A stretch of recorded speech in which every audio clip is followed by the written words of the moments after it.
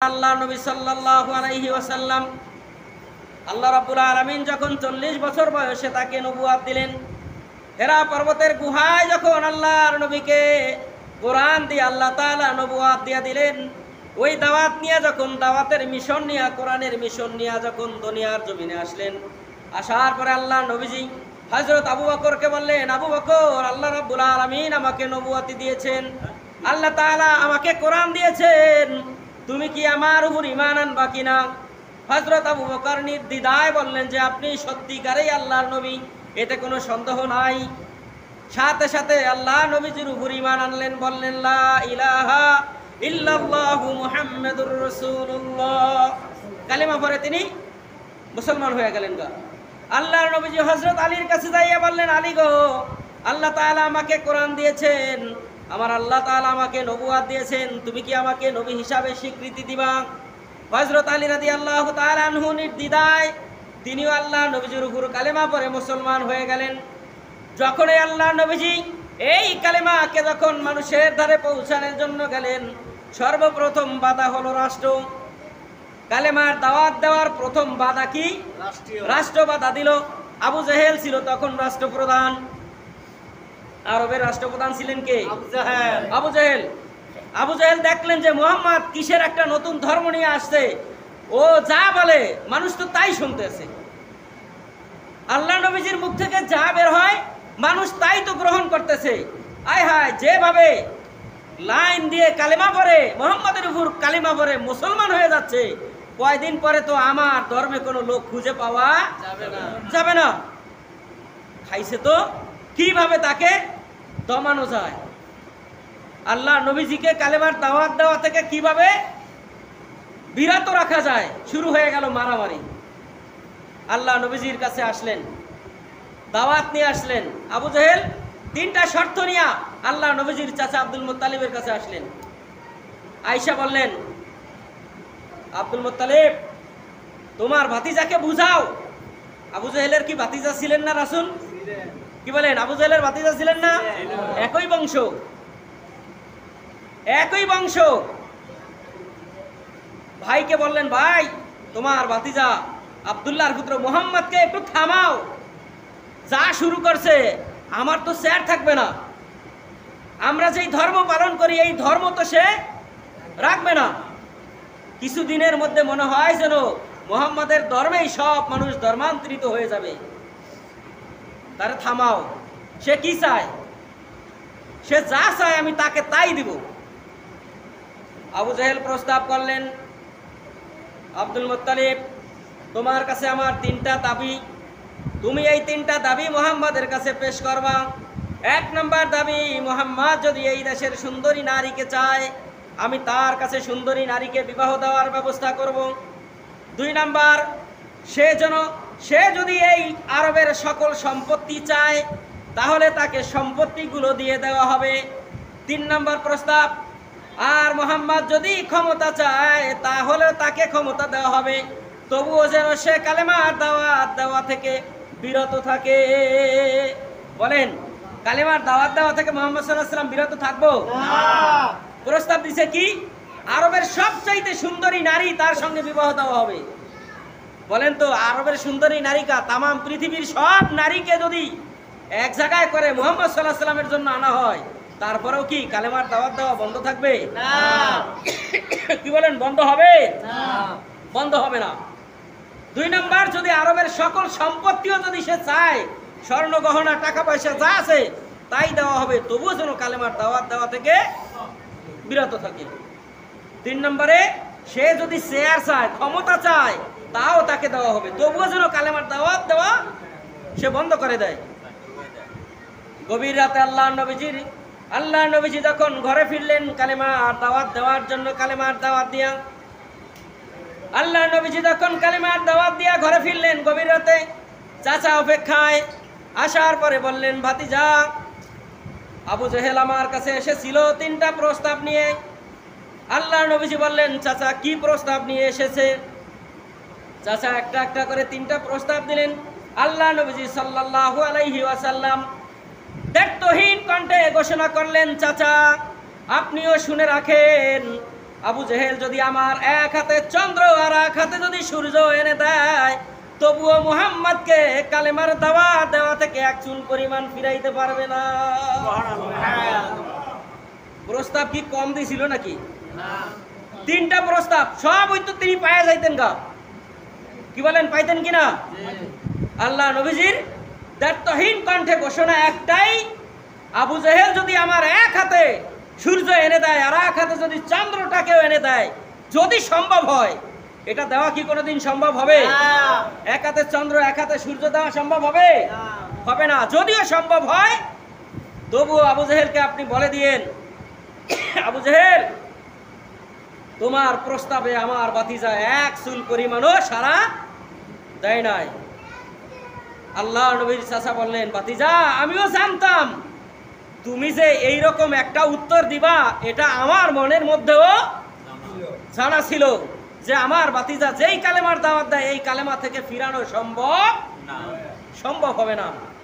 আজও যারা দুনিয়াতে কালেমার দাওয়াত দেয় তাদের উপর অত্যাচার আছে না নাই? আছে। জুলুম আছে না নাই? জেল আছে না নাই? আয়নাঘর আছে। আয়নাঘরের নাম শুনছেন? আয়নাঘর কি? এই যে আমরা ক্লাস করছি, এটা আয়নাঘর কয়। তার মানে ওয়াল নাই, চতুর্দিকে খালি আয়না, এরকম নাকি? না।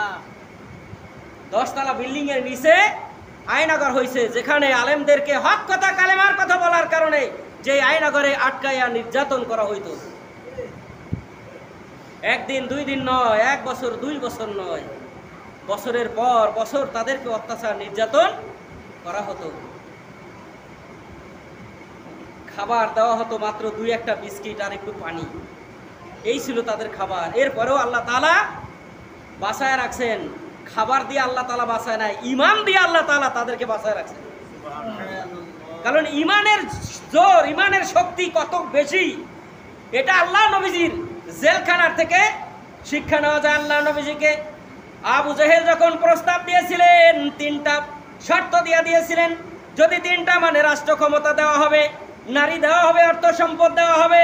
আল্লাহ নবীজির দায়িত্বহীন কণ্ঠের ঘোষণা, সব যদি দিয়ে দেয়, আকাশ থেকে চন্দ্রটা, আকাশ থেকে সূর্যটা যদি দেওয়া হয়, তবুও মুহাম্মদ এক চুল পরিমাণ কালেমার দাওয়াত দেওয়া থেকে চলে সরবে না।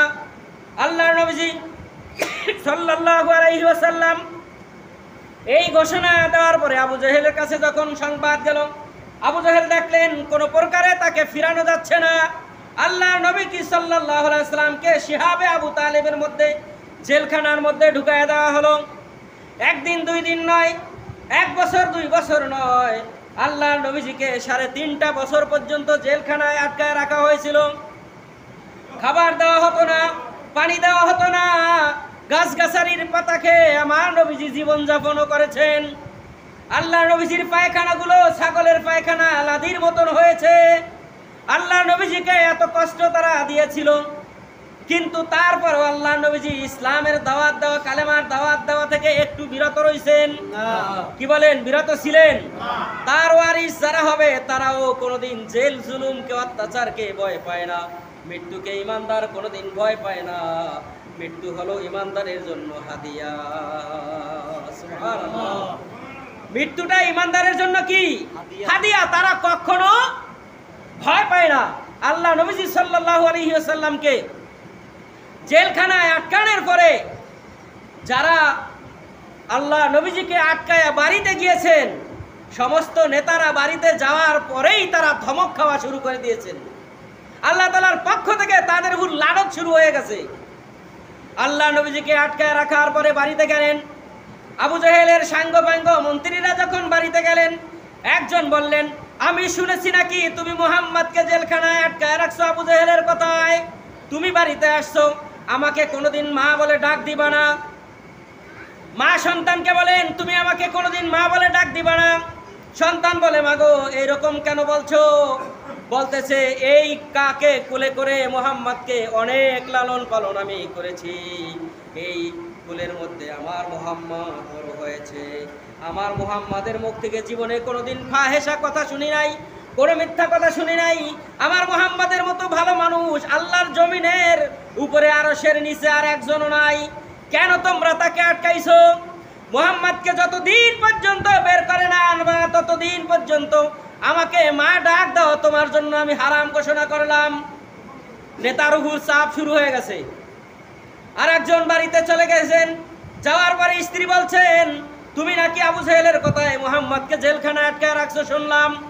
বললেন যে হ্যাঁ, নেতার কথা হয়তো আমাদের মানতে হবে, নেতায় যা বলে তা করা ছাড়া আমাদের তো আর কোনো উপায় নাই। আমাদের দেশের নেতার কারণে মানুষের গায়ে গুলি করা হয়েছে কি হয় না? আমাদের দেশের নেতার কারণে মানুষের উপর গুলি করা হয়েছে, জেলখানায় নেওয়া হয়েছে, রিমাইন্ড দেওয়া হয়েছে না হয় নাই? আয়না করে বছরের পর বছর আটকায় রাখা হয়েছে কি হয় নাই? ওই লোকগুলো যখন বাড়িতে আসলো, আসার পরে স্ত্রী বলল, আমাকে স্ত্রী হিসাবে পরিচয় দিবা না, যতদিন পর্যন্ত মুহাম্মদকে ছাড়ায় না আনবা ততদিন পর্যন্ত তোমার জন্য চুলায় আগুন জ্বলবে না। নারীরা শক্ত হয়ে গেছে বেটাকে উপরে। নেতারা সব সময় স্ত্রীদের কাছে দুর্বল। বিশেষ করেন যত বড় নেতা তত স্ত্রীর কাছে সে কি দুর্বল।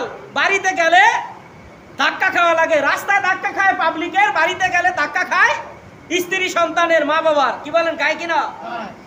আর একজন বাড়িতে চলে গেলেন, যায় যখন ঢুকলেন, ঢোকার পরে সন্তানেরা মুখ ভার করে রেখেছে, আব্বা বলে না।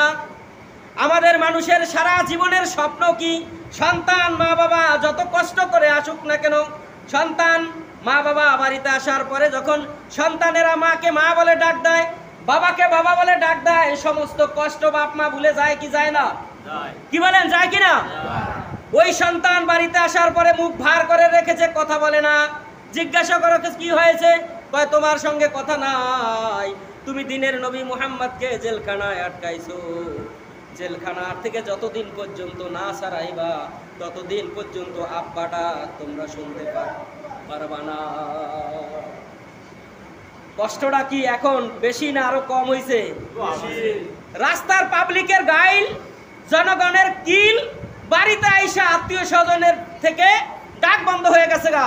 কষ্ট বাড়ছে না কমছে? রাতের বেলা ঘুম আসে না, রাতের বেলা ঘুম হয় না, ঘুমাইতে পারে না, ছটফট ছটফট শুরু করেছে।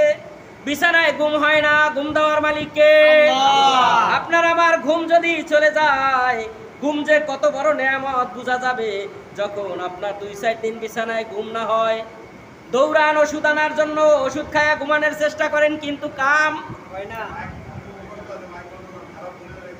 কিন্তু কাম কি? কাজ হয় না। কি বলেন, হয়?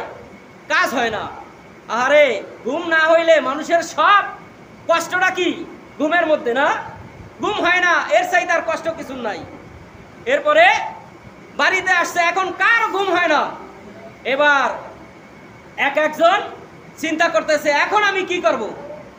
নেতারা একজন আর একজনের বাড়িতে রাত, গভীর রাতে শীতের মধ্য দিয়া একজন নেতার একজনের বাড়িতে যায়, ডাক দেয় নেতা। নেতা থেকে ঘর থেকে ঘর থেকে নেতা দরজা খুলে আসে, বলে নেতা তুমি কি ঘুমাও নাই? কয় তুমি কি ঘুমাও নাই? কয় মুহাম্মদ সাল্লাল্লাহু আলাইহি সাল্লামকে আটকানোর পরে, মুহাম্মদকে জেলখানায় থাকার পর থেকে আমাদের আর ঘুম হয় না। এখন কি করব? আমার স্ত্রী কথা বলে না, সন্তানেরা কথা বলে না, মা দুধের কসম দিয়েছে, এখন আমরা কি করব? একজন আর একজনকে বলে, এখন আমরা কি করব? আমাদের অবস্থা হবে কি? চলো আমরা বড় নেতার কাছে যাই। আর একজনের বাড়িতে, আর একজনের বাড়িতে, এইভাবে একে একে 7 জন বড় বড় লিডার এক জায়গায় হলেন। সবার অবস্থা একই। তারা সবাই বলল, দেখো মুহাম্মদকে যদি বের করা না যায় তাহলে আমরা বাড়িতেও স্থান কালকে থেকে পাবো না। এখন কি করব? এবার একজন আর একজনকে বললেন, আমি তো আবু জেহেলের দেহরক্ষী, আমি তরবারি হাতে নিয়ে আবু জেহেলের বাড়িতে ঢুকবো, তোমরা আমার সাথে সাথে ঢুকবা। আমি যাওয়ার পরে আবু জেহেল যখন দরজা খুলবে, আমি সাথে সাথেই তার কল্লার উপর আমি তরবারি ধরবো। তোমরা আমাকে ছাড়ানোর চেষ্টা করবা না। যখন ওকে দুর্বল করা যায় তখন একটা সিদ্ধান্ত হয়ে যাবে। এবার তারা একসাথে হইয়া আবু জেহেলের বাড়িতে যাইলেন। আবু জেহেলকে ডাক দেওয়ার পরে আবু জেহেলও চোখে ঘুম নাই, আবু জেহেলও ঘুমাইতে পারে না। ডাক দেওয়ার পরে বলছেন, নেতা আপনারা এত রাত্রে বাড়িতে কেন? দরজা যখন খুলে দিলেন, দরজা খোলার পরে আবু জেহেল যখন দরজা খুললেন, লাফ দিয়া দেহরক্ষী তার কল্লার উপরে তরবারি ধরছেন। এবার আবু জেহেল পলানের চেষ্টা করতেছে, আর নেতাদেরকে বলতেছে, নেতারা ও এরকম করতেছে কেন? কয় এরকম করতেছে কারণ আছে একটা, মুহাম্মদকে তুই ছাড়বি কিনা বল। মোহাম্মদকে ছাড়বি কিনা বল। মোহাম্মদকে না ছাড়ার কারণে আজকে সন্তানেরা বাবা বলে না, মা দুধের কসম দিয়েছে, স্ত্রী রান্না বান্না বন্ধ করে দিয়ে বাবার বাড়ি চলে গেছে। এইরকম যন্ত্রণা নিয়ে মানুষ কোনোদিন বাঁচতে পারে না। এই যন্ত্রণা আমরা থাকতে চাই না। এই আবু জেহেল তুই বল, ওই শিহাবে আবু তালেবের চাবি দিবি কি দিবি না? যদি না দেস তোর কল্লা এখানেই শেষ, আর যদি চাবি দিয়ে দেস তাইলে তুই মুক্ত। আবু জেহেল বললেন, নেতা ওরে একটু থামান, আমি চাবি দিতেছি। সিদ্ধান্তটা কার? আল্লাহ। ওয়াইজি ইয়ামকুরু বিকাল্লাযিনা কাফারু লা ইয়াসবিতুকা ওয়া ইয়াকরামুনা ওয়া ইয়াকরামুন। আল্লাহ তাআলা কোরআনুল কারীমে আয়াত নাযিল করে জানায় দিলেন, তোমরা দুনিয়ার মানুষেরা যত চক্রান্ত করো সব চক্রান্তকে নস্যাৎ করে দেই আমি আল্লাহ। চক্রান্ত নস্যাৎ করার মালিক কে? আমরা মানুষের বিরুদ্ধে জুলুম করার জন্য চক্রান্ত করি, আর আল্লাহ বলেন যে সকল চক্রান্ত মূলোৎপাটন করে দেয় আমি আল্লাহ। কে দেয়? এজন্য বলছেন ওয়াইজি ইয়ামকুরু বিকাল্লাযিনা কাফারু, কাফেররা যখন চক্রান্ত করে ইমানদারের বিরুদ্ধে, আল্লাহ রাব্বুল আলামিন ওই কাফেরদের চক্রান্তকে কি করে দেন? নস্যাৎ করে দেন। বলেন, আমাদের সমাজে, আমাদের দেশে, আমাদের রাষ্ট্রে, আমাদের পৃথিবীর মধ্যে ইমানদারের বিরুদ্ধে চক্রান্ত হয় কি হয় না? জালেমেরা আলেমদের বিরুদ্ধে চক্রান্ত করে কিনা?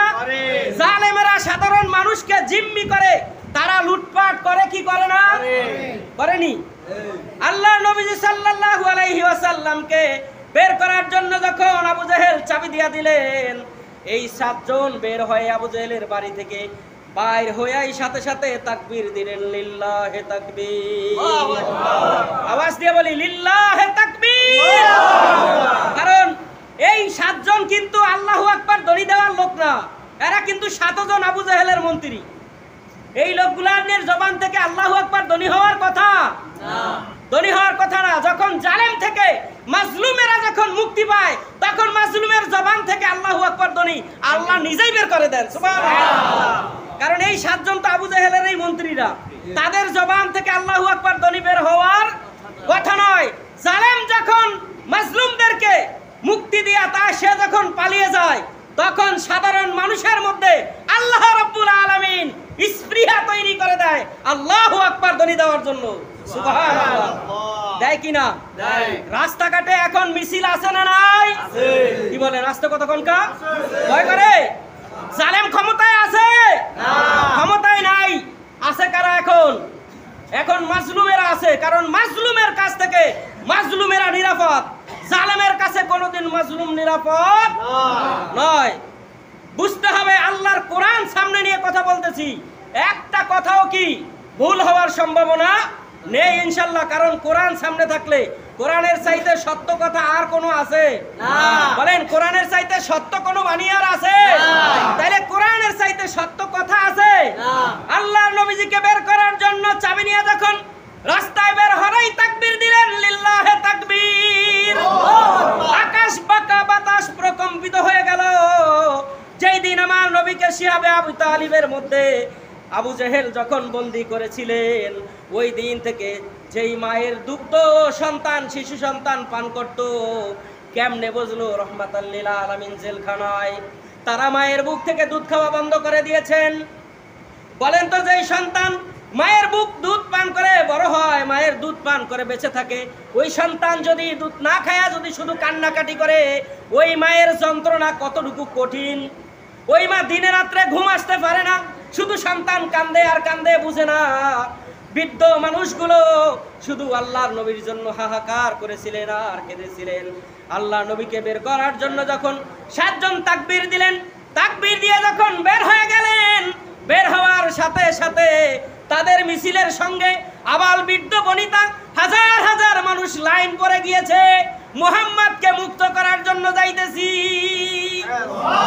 এই 7 জন তাকবীর দিয়ে যখন রাস্তায় বের হয়ে গেলেন, সমস্ত বুড়া গুড়া যা আছে সব তাদের পিছনে লাইন শুরু করে দিয়েছে। তোমরা কই যাও? আমরা মুহাম্মদকে মুক্ত করার জন্য যাইতেছি শিহাবে আবু তালিব। শিহাবে আবু তালিবে যায় আবার লিল্লাহে তাকবীরের যখন আওয়াজ তারা দিলেন, শিহাবে আবু তালিব জেলখানাটা থরথর করে কাঁপা শুরু করছে। পুরা মক্কা মদিনা সবগুলো ভূমিকম্পের মতো আল্লাহু আকবার ধ্বনিতে কাঁপা শুরু করছে। যেমন তাকবীর দিয়েছিলেন হযরত ওমর, ইসলাম কবুল করার আগে আবু জাহেল দারুন নদর বৈঠকে সিদ্ধান্ত নিলেন মুহাম্মাদের কল্লা জীবিত অথবা মৃত্যু যিনি এনে দিতে পারবেন তাকে এই আরবের 100 লাল উট পুরস্কার দেওয়া হবে। আবু জেহেলের কথা ঘোষণা শুনে আল্লাহর নবীজির সাহাবী তখনও হযরত ওমর হয় নাই, তখনও হযরত ওমর কাফের। তার মধ্যে লালসা বের হয়ে গেল, লোভ তার মধ্যে কাজ করলো। তিনি বললেন যে মুহাম্মাদের কল্লা আমি ওমর এনে দিতে পারবো, আর কেউই পারুক আর না পারুক আমার দ্বারা সম্ভব।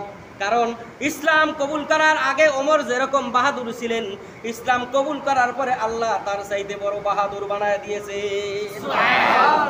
ওমর আল্লাহর নবীর তো কল্যাণের জন্য খোলা তরবারি হাতে নিয়ে দৌড়াইলেন মদিনার দিকে। রাস্তায় সাহাবীদের সঙ্গে দেখা, আল্লাহর নবীজির সাহাবী বললেন ওমর তুমি কই যাও? সাহাবীদের কাছে ওমর বললেন আমি মুহাম্মাদের কল্যাণের জন্য যাইতেছি মদিনায়। এবার সাহাবীরা বললেন আগে নিজের ঘর সামলাও। ওমর বললেন তোমরা কি বলতে চাও বুঝলাম না। এবার সাহাবীরা বললেন তোমার বোন এবং তোমার বোনেয়া তারাও মুহাম্মাদের হাতে হাত দিয়া কালেমা পড়ে মুসলমান হয়ে গেছে, আগে নিজের ঘর সামলাও। এবার ওমরের মতিগতি ঘুরে গেল, তার পথ নিশানা ঘুরে গেল। এবার আর মদিনার দিকে যায় না, বোনের বাড়ির দিকে দৌড় দিলেন খোলা তরবারি হাতে নিয়া। বাড়ির দরজায় যায় যখন ঘরের সামনে দাঁড়াইলেন, ঘরের ভিতর থেকে আওয়াজ আসতেছে তোহা মা আনজালনা আলাইকাল কুরআনা লিতাশকা। সুবহানাল্লাহ। এই আওয়াজ যখন সূরা তোহার এই আয়াতে কারিমা আওয়াজ যখন ওমরের কানে আসলো, ডাক দিলেন বোন ফাতেমা ঘরের দরজা মেলো। বোন তাড়াতাড়ি করে বোন এবং বোনেয়া দুইজনে দরজা ভালো করে আটকায়া পিঠ দিয়া ঠেক দিয়া দাঁড়ালেন। কারণ ওমরের গায়ে অনেক শক্তি, লাথি মারলে ওই রকম দরজা খুলে কত দূরে হাজায় পড়বে তার কোনো ইয়াত্তা নাই। দুইজন আটকায় ধরলেন, কিন্তু ওমরের লাথির কাছে তারা কুলাইলেন না। দরজা ভেঙে যখন ঘরের ভিতরে ঢুকলেন, ঢুকায় দেখাই তারা কোরআনের কপিটা বিছানার নিচে ঢুকায় রাখলেন। বোন এবং ভগ্নিপতিকে জম্মের মার মারলেন, তরবারির পিঠ দিয়া পিটা ফাটায় চিরা ফেললেন। বোনের মাথা ফেটে যখন রক্তগুলো চেহারা দিয়ে পড়তেছিল, আল্লাহ রাব্বুল আলামিনের কুদরত তখন তার অন্তরের মধ্যে কাজ করতেছিল। সুবহানাল্লাহ। ওমর যখন বোনের চেহারায় রক্ত দেখলেন, হযরত ওমরের মধ্যে একটা মায়া কাজ করল। হযরত ওমর বোনের রক্ত দেখেই তিনি একটু নার্ভাস হয়ে গেলেন, কারণ এই বোনটাই ছিল তার সবচাইতে আদরের বোন। এই বোন যদি সবচাইতে ভাই বোন যারাই আছি আমাদের ভাই বোনদেরকে আমরা ভালোবাসি না বাসি না? কি বলেন? ছোট্ট যারা থাকে তাদের কি আদর কম হয় না বেশি হয়? তাদের প্রতি মায়া মহাব্বত ভালোবাসা বেশি না কম হয়? বেশি হয়। হযরত ওমর তার বোনের চেহারা রক্ত দেখে তিনি একটু নার্ভাস হয়ে গেলেন। এবার করুণ সুরে নরম সুরে বললেন বোন, ও আমার বোনে তোমরা এতক্ষণ কি পড়তেছিলা? আমাকে একটু দাও, আমি একটু পড়বো। দেখেন আল্লাহ তাআলা মোর ঘুরায় দেয় না, দিছে না দেয় নাই, 1 মিনিটও হয় নাই বোন বোনেয়াকে মারধর করলেন। শুধুমাত্র রক্ত দেখার পরে অন্তরের মধ্যে মায়া সৃষ্টি করে দিবেন কে? আল্লাহ তাআলা। পারে কি পারে না? আল্লাহ শুধু বলে কুন ফায়াকুন হও, হয়ে যায়। এবার বোন বললেন ভাই তোমাকে আমার কোরআনের কপি দেওয়া যাবে না, কারণ তুমি অপবিত্র। কোরআনের কপি অপবিত্র অবস্থায় ধরা যায় না। কি বলেন? যায়। কারণ হযরত ওমর ছিলেন মুশরিক, এখনো তিনি আল্লাহ ছিলেন না, নবী ছিলেন না, কোরআন ছিলেন না। হযরত ওমর বললেন কিভাবে পবিত্র হতে হয় আমি তো জানি না, আমাকে একটু তোমরা পবিত্র করো। হযরত ওমরকে গোসল করায়া ওযু করালেন। ওযু করানোর পরে সূরা তাহা কোরআনুল কারীমের একটা সূরা, এই সূরার কপিটা যখন হযরত ওমরের হাতে দেওয়া হলো, হযরত ওমর পড়া শুরু করলেন তাহা মা আনজালনা আলাইকাল কুরআনা লিতাশকা। সিল্লা বলি আল্লাহু আকবার। এবার হযরত ওমর কোরআনুল কারীমের সূরা তাহা পড়তেছিলেন, আর দুই চোখ বেয়ে কোরআনের বাণী বুঝার কারণে তার চোখ বেয়ে দাড়ি মোবারক ভিজে ভিজে অন্তরটা তার ভিজে গিয়েছে। এবার ওমর বললেন ও বোনে আমি আর কাফের থাকতে চাই না, তোমরা তো সত্য আল্লাহর কিতাব পড়তেছো, যেই কিতাবটা পড়তেছো এটার চাইতে সত্য কিতাব আল্লাহর জমিনের উপরে আরশের নিচে আর একটাও নাই। তোমরা আমাকে নিয়ে যাও মুহাম্মাদের দরবারে, আমি আর মুশরিক থাকতে চাই না। বোনার বনিয়া হযরত ওমরকে নিয়ে আল্লাহর নবীজির দরবারে চলে গেলেন। মসজিদে নববীতে আল্লাহর নবীজি সাহাবীদেরকে নিয়ে দাওয়াতের কাজ করতেছিলেন। এই মুহূর্তে আল্লাহর নবীজি দেখলেন যে হযরত ওমর আসতেছে, এখনো তরবারি হাতে, খোলা তরবারি। আল্লাহ নবীজি দাঁড়ায় গেলেন, সাহাবায়ে কেরাম দাঁড়ায় গেলেন, বললেন ইয়া রাসূলুল্লাহ, ওই যে ওমর আসছে, আজকে হয়তো ওমরের একদিন, না হলে আমাদের জীবন শেষ। হয়তো আমরা ওমরকে দুনিয়াতে থাকতে দিব, আর না হয় আমরা দুনিয়াতে থাকব। আপনি অনুমতি দেন, ওমরের জনমের মতো শিক্ষা আমরা দিয়া দেই। আল্লাহ নবীজি সাহাবীদেরকে শান্ত করলেন, বললেন যে সাহাবীরা তোমরা বসো। আল্লাহ নবীজি মুস্কি মুস্কি হাসতেছিলেন। এই দৃশ্যগুলো আল্লাহ তাআলা জিবরাইলকে দিয়ে আগে আমার নবীকে জানায় দিয়েছেন। সুবহানাল্লাহ। আল্লাহ নবীজি সারা জীবন নামাজের পরে আল্লাহর কাছে হাত উঠায় দোয়া করতেন, আল্লাহ আপনি দুইজন ওমরকে আমার ইসলামের জন্য কবুল করে নেন। দুইজন ওমরকে, ওমর ইবনুল খাত্তাব আর ওমর ইবনে হিশাম। একজন হইলেন আবু জেহেল আর একজন হইলেন হযরত ওমর রাদিয়াল্লাহু তাআলা আনহু। সুবহানাল্লাহ। কিন্তু আল্লাহ তাআলা হযরত ওমর ইবনুল খাত্তাবকে ইসলামের জন্য কবুল করেছেন, কিন্তু আবু জেহেলকে আল্লাহ তাআলা লানত দিয়া দুনিয়া থেকে বিদায় করেছেন, না করে নাই? আল্লাহ নবীজি যখন মুস্কি হাসতেছিলেন আর সাহাবীদেরকে বুঝ দিয়া বললেন তোমরা বসো, দেখো না কি হয়। আল্লাহ নবীজি একাই সামনে আগায় গেলেন, দরজার সামনে যায় স্বাগতম জানাইলেন ওমরকে। আল্লাহ নবীজি ওমরকে নিয়ে ভিতরে আসলেন আর বললেন, ইয়া রাসূলুল্লাহ, ইয়া হাবিবাল্লাহ, আমি আর মুশরিক থাকতে চাই না, আপনি আমাকে ওই মধুর কালেমা পড়ায় দেন, লা ইলাহা ইল্লাল্লাহু মুহাম্মাদুর রাসূলুল্লাহ। কালেমা পড়ার পরেই আল্লাহ নবীজিকে হযরত ওমর প্রশ্ন করলেন, ইয়া রাসূলুল্লাহ, ইয়া হাবিবাল্লাহ, আমি আপনার কাছে তিনটা প্রশ্ন করব, তিনটা প্রশ্নের জবাব আপনি আমাকে দিবেন। আল্লাহর নবীজি বললেন, ঠিক আছে, তোমার কি প্রশ্ন বলো। এবার আল্লাহ নবীজিকে বললেন, ইয়া রাসূলুল্লাহ, আমার এক নম্বর প্রশ্ন, আল্লাহ সত্য না মিথ্যা? আওয়াজ দেন, আল্লাহ সত্য না মিথ্যা? আল্লাহ যে আছে এটার মধ্যে কোনো সন্দেহ আছে? নাই। দুই নম্বর প্রশ্ন, আপনি নবী সত্য না মিথ্যা? সত্য। নবী সত্য না মিথ্যা? সত্য। তিন নম্বর প্রশ্ন, কোরআন আর ইসলাম সত্য কিনা আমাকে বলেন। আল্লাহর নবীজি বললেন, এই তিনটাই সত্য। এবার হযরত ওমর দাঁড়ায় গেলেন, বললেন, ইয়া রাসূলুল্লাহ, তাহলে যদি সব সত্য হয়, আল্লাহ সত্য, নবী সত্য, কোরআন সত্য, দ্বীন সত্য, তাহলে এই সত্য জিনিসটাকে কেন আমরা গোপনে গোপনে প্রচার করব? আজ থেকে আর ইসলাম গোপনে হবে না। আপনি অনুমতি দেন, এখন থেকেই ইসলাম প্রকাশ্যে প্রচারিত হবে। ইয়া রাসূলুল্লাহ, আপনি খালি অনুমতি দেন, আমি ওমরের সামনে কেউ কোরআনের ইসলামের বিপক্ষে বাধা দিতে আসলে আমার ওমরের সামনে থেকে, আমার এই তরবারি থেকে কল্লা নিয়ে যাওয়ার মতন এমন প্লেয়ার দুনিয়ায় জন্মগ্রহণ করে না। ইয়া রাসূলুল্লাহ, আমি আগে যেমন ওমর ছিলাম, ইসলাম কবুল করার পরে আমার মনে হয় কয়েক গুণ ঈমান আমার আরো অনেক বেড়ে গিয়েছে। আপনি ভয় পাবেন না, খালি অনুমতি দেন।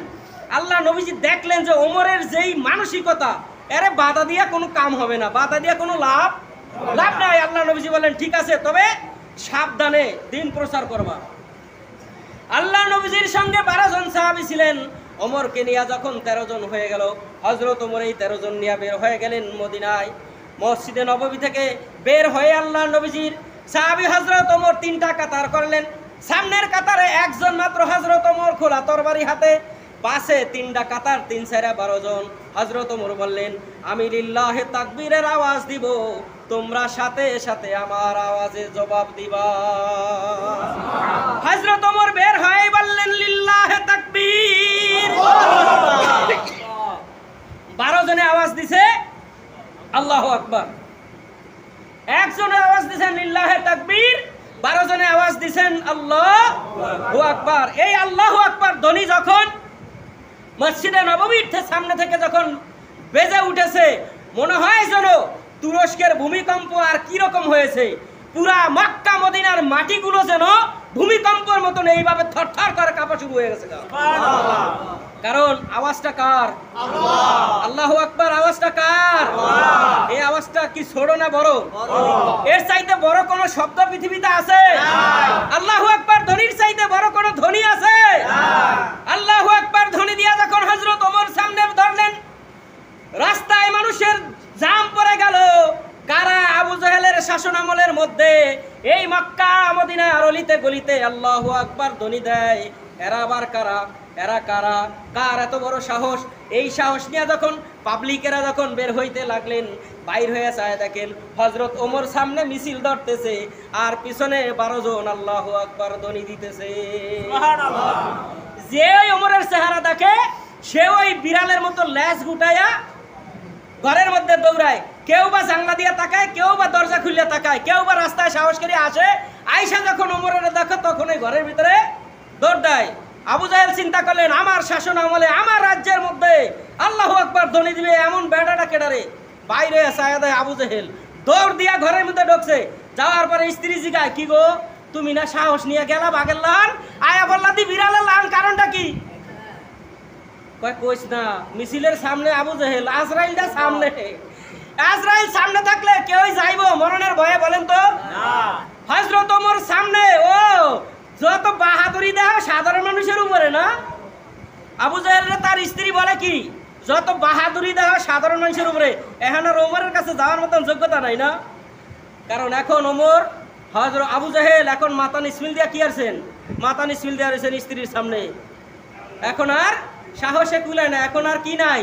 স্পৃহা নাই। এখন আর কথা বলার স্পৃহা স্পৃহা হারা লাইছে। কারণ সামনে কে?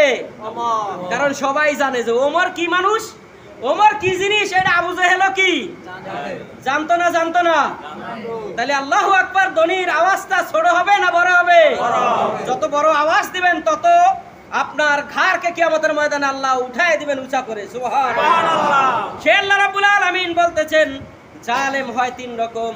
1 নম্বর জালেম হলো আল্লাহর উপর জুলুমকারী, 2 নম্বর জালেম হলো বান্দার উপর জুলুমকারী, 3 নম্বর জালেম হলো আল্লাহর সৃষ্টি এবং আল্লাহর দুনিয়ার উপরে জুলুমকারী। এই 3 রকমের জালেম আমাদের দেশে ছিল না? না আছিল না? বিশ্বে এখন আছে না নাই? জালেমের ক্ষমতা কয়দিন? অল্প কয়েকদিন। জালেমের ক্ষমতা কতক্ষণ? অল্প কিছু সময়।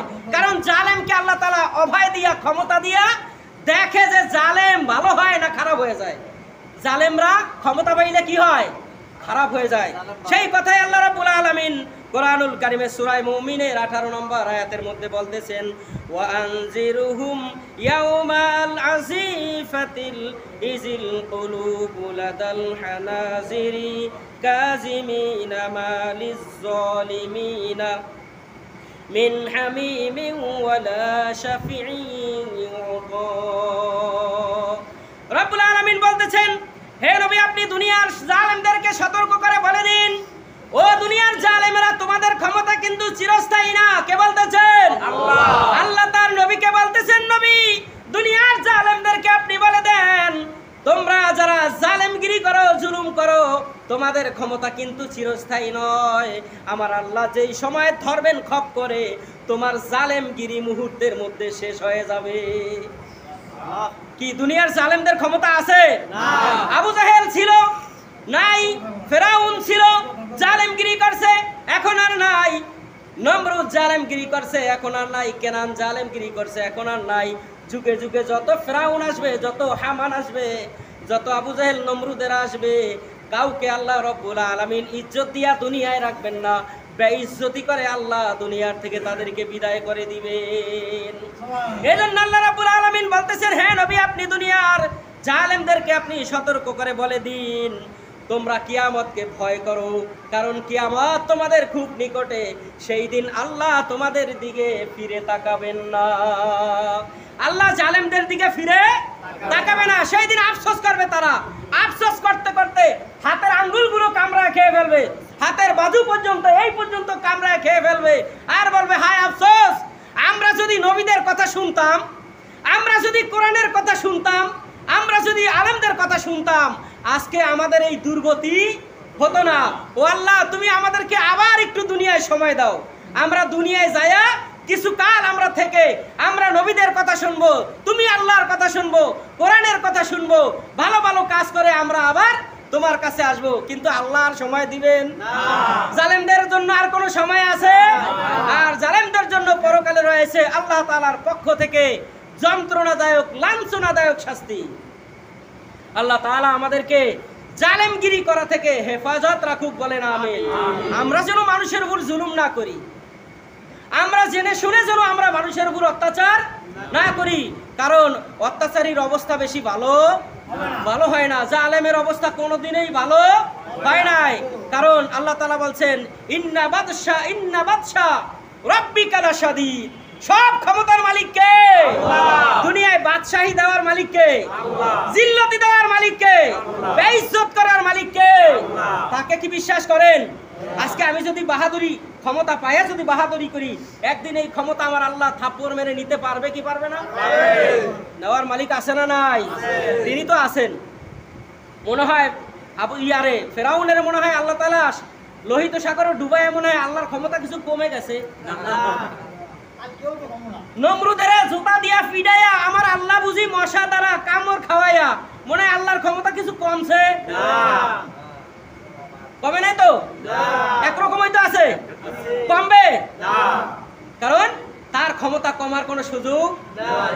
তার ক্ষমতা আগেও যেরকম ছিল এখনো সেরকম আছে, কিয়ামত পর্যন্ত সেরকমই থাকবেন। কিয়ামতের ময়দানে আল্লাহ তাআলা একটা নাম ধারণ করবেন, তা যার নাম হবে জব্বার এবং কাহ্হার। এই নামটা ধারণ করবেন আল্লাহ তাআলা। এত ক্ষিপ্র গতিতে আল্লাহ রাব্বুল আলামিন মানুষের বিচার ফয়সালা করবেন। দুনিয়াতে বিচার ফয়সালায় জালিয়াতি আছে না নাই? আছে। দুনিয়ায় বিচার ফয়সালায় জালিয়াতি আছে না নাই? আমার ক্ষমতা আছে, আমার জমিন আরেকজনের দিয়া দিছে। আমার ক্ষমতা নাই দেইকা আমার জমিন আরেকজনের দিছে। আমার ক্ষমতা নাই দেইকা আমার দোকানপাট লুটপাট করেছে। আমার ক্ষমতা নাই দেইকা আমার উপর অত্যাচার করছে। আমরা বিচার চাইতে যাইও বিচার কি বলেন? এরকম হয়েছে কি হয় নাই? আল্লাহ নবীজির কাছে বিচার নিয়ে গেছিলেন একজন মুসলমান আর একজন বিধর্মী। আল্লাহ নবীজি সাল্লাল্লাহু আলাইহি সাল্লাম বিচার ফয়সালা করে দিলেন, বিচারের রায় দিলেন আল্লাহ নবী ইহুদির পক্ষে। এবার যেই মুসলমান সাথে ছিলেন, মুসলমান আবু বকরের কাছে গেলেন, যা বললেন আমি সানি করাইতে আসছি। আবু বকর বললেন প্রথম বিচার কে করেছে? বললেন যে আল্লাহ নবী করেছে। কয় তোমার বিচার কি পছন্দ হয় না? বলেন আল্লাহ নবীজির বিচার যে পছন্দ না হয় আর দুনিয়ার জমিনে বেঁচে থাকার কোনো অধিকার আছে? ওর চাইতে বড় জালেম কেউ আছে? আল্লাহ নবীজির বিচার যে মানে না, ওর চাইতে জালেম কেউ আছে? আল্লাহ নবীজি বিচার করছে, তুমি মানো না? কয় আপনি সানি বিচার করেন। কয় এর উপর হাত দেওয়ার মতন ক্ষমতা আমার নাই। চলে গেলেন হযরত ওমরের কাছে, যায় বললেন ওমর সানি বিচার করে দাও। ওমর বললেন প্রথম বিচার কে করেছেন? বললেন যে আল্লাহ নবী করেছেন। তাহলে তুমি কি আল্লাহ নবীজির বিচার মানো নাই? কয় না, আল্লাহ নবীজি আমি মুসলমানের পক্ষে রায় দেয় নাই, রায় দিয়েছে ইহুদির পক্ষে। হযরত ওমর বললেন একটু অপেক্ষা করো, আমি ঘর থেকে আসছি। ঘরে যাইয়া ওই যে তরবারি নিয়ে রাসূলের কল্লা কাটার জন্য গেছিলেন, তরবারিটি নিয়ে সামনে আসলেন। আয়েশা এক কোবে দুই ভাগ করে ফেললেন, কল্লাটা একদিকে পড়ে গেছে আর দেহটা আরেকদিকে পড়ে গেছে। এবার আল্লাহ নবীজি হযরত ওমর বললেন এটাই হলো তোমার ফয়সালা, এর ছাড়া আর কোনো উত্তম ফয়সালা হতে পারে না।